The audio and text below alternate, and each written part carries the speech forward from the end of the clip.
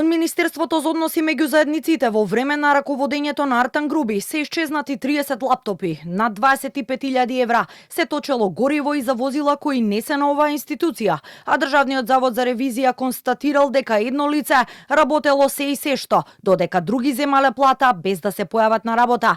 Извештајот што денеска го објави ДЗР се однесува на работата на Министерството во 2024 година, во времето кога се смени власта. Во обемниот извештај се вели и дека 61% од 244 вкупно вработени во институцијата не се знае дали воопшто оделе на работа. За исплата на плати и надоместоци за 244 вработени во Министерството, исплатени се 165.010 денари, од кои за 150 вработени во подпрограмата К5, соодветна и правична застапеност на заедниците и како преведувачи, или за 61 од 100 од вработените, исплата на плата се врши без да се обезбеди доказ за присутност на работа и за полно работно време и покрај воспоставената електронска евиденција на работното време за вработените. Ревизорите утврдиле и дека 8.367 евра биле исплатени за гориво без да се врши контрола на регистарските таблици и видот на набавеното гориво, со што вработените си овозможиле полнење на приватни возила на државна сметка.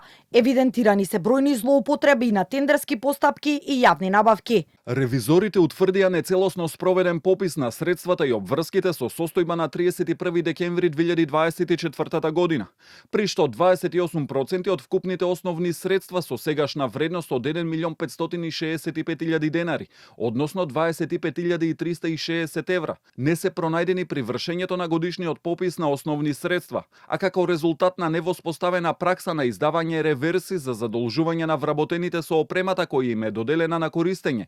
Исто така 30 преносни компјутери не се пронајдени со пописот. Државни пари Министерството доделило и на 33 здруженија и фондации во висина од 320.900 евра, но ревизијата утврдила дека 17 од нив треба да вратат средства во буџетот на државата во висина од околу 20.000 евра, бидејќи не доставиле докази за трошење на средствата.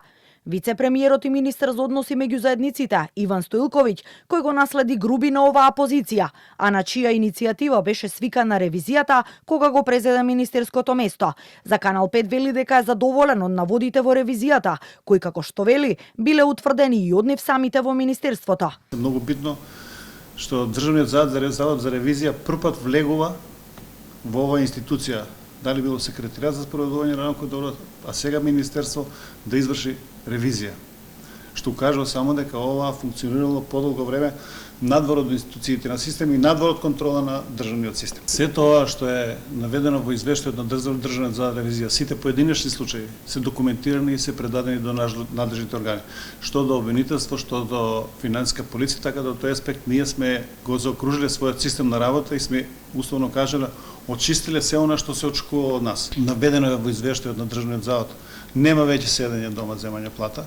Расчистиме со таа работа. Стоилковиќ вели дека сите нивни податоци за злоупотребите во министерството се доставени до надлежните органи. За сега Скопското обвинителство официјално го гони екс вице-премиерот Груби за милионските злоупотреби во државна лотарија.